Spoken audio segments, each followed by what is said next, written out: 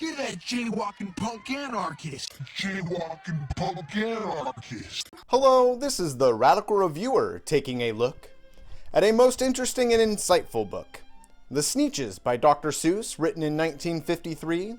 I suppose let's start by giving this story a read. Now the star-bellied Sneetches had bellies with stars. The plain-bellied Sneetches had none upon theirs. Those stars weren't so big, they were really so small. You might think such a thing wouldn't matter at all.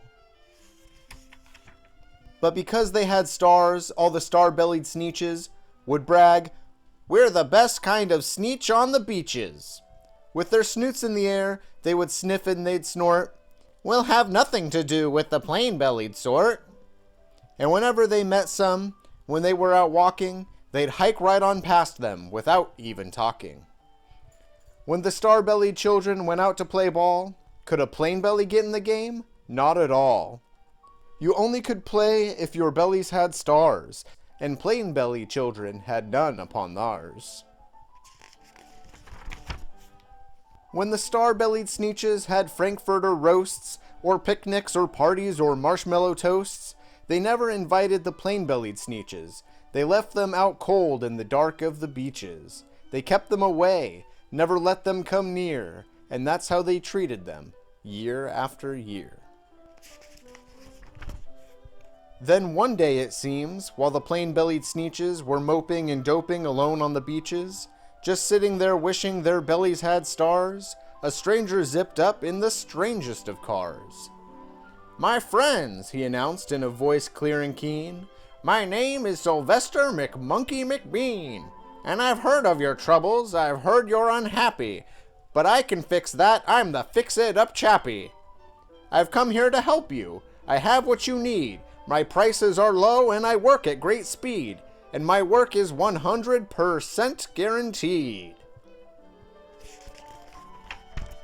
Then quickly, Sylvester McMonkey McBean put together a very peculiar machine.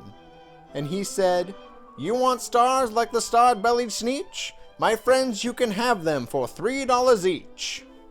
Just pay me your money and hop right aboard." So they clambered inside. Then the big machine roared, and it clonked and it bonked and it jerked and it burked and it bopped them about. But the thing really worked. When the plain-bellied Sneetches popped out, they had stars. They actually did. They had stars upon theirs. Then they yelled at the ones who had stars from the start, "We're exactly like you! You can't tell us apart! We're all the same now, you snooty old smarties, and now we can go to your Frankfurter parties!" "Good grief," groaned the ones who had stars from the first. "We're still the best Sneetches, and they're still the worst.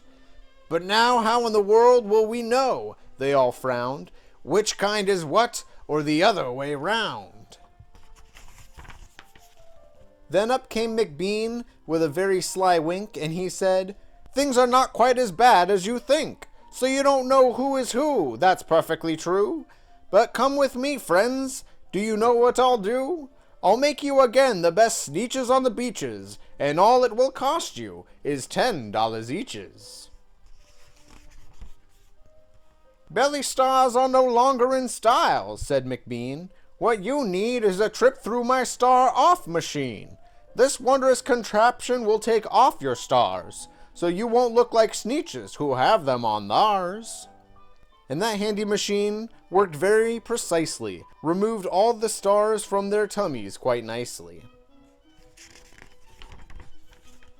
Then, with snoots in the air, they paraded about, and they opened their beaks and they let out a shout, "We know who is who, and there isn't a doubt. The best kind of Sneetches are Sneetches without."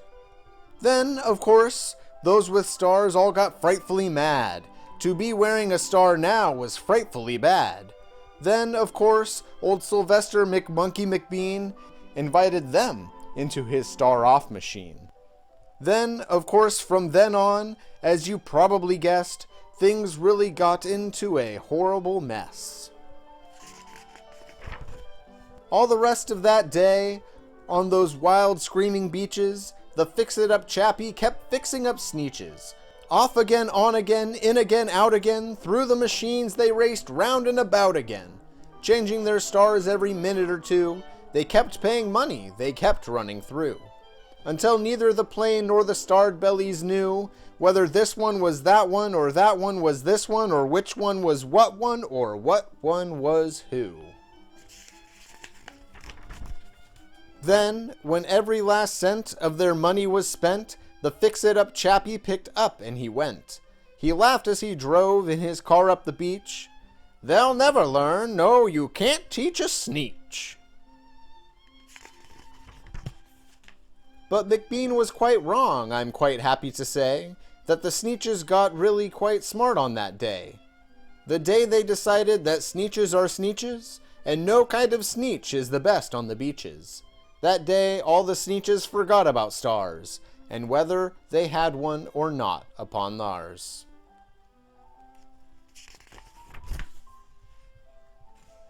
So what are these dang stars all about? Well, making one group oppressed and giving another clout. Race or gender or nationality seem like the obvious real-world parallels to me. But I think economic class also works well, as we'll see. It's like Hegel's master-slave narrative. See PhilosophyTube's video to understand this comparison. The master needs the slave, the self needs the other, so that we know which one is superior, Whether it's laws against fraternizing with Native Americans, or laws against miscegenation, from LGBT rights to Jim Crow and segregation, or if you can or can't afford to go on vacation, or if you don't look like you're born in this nation.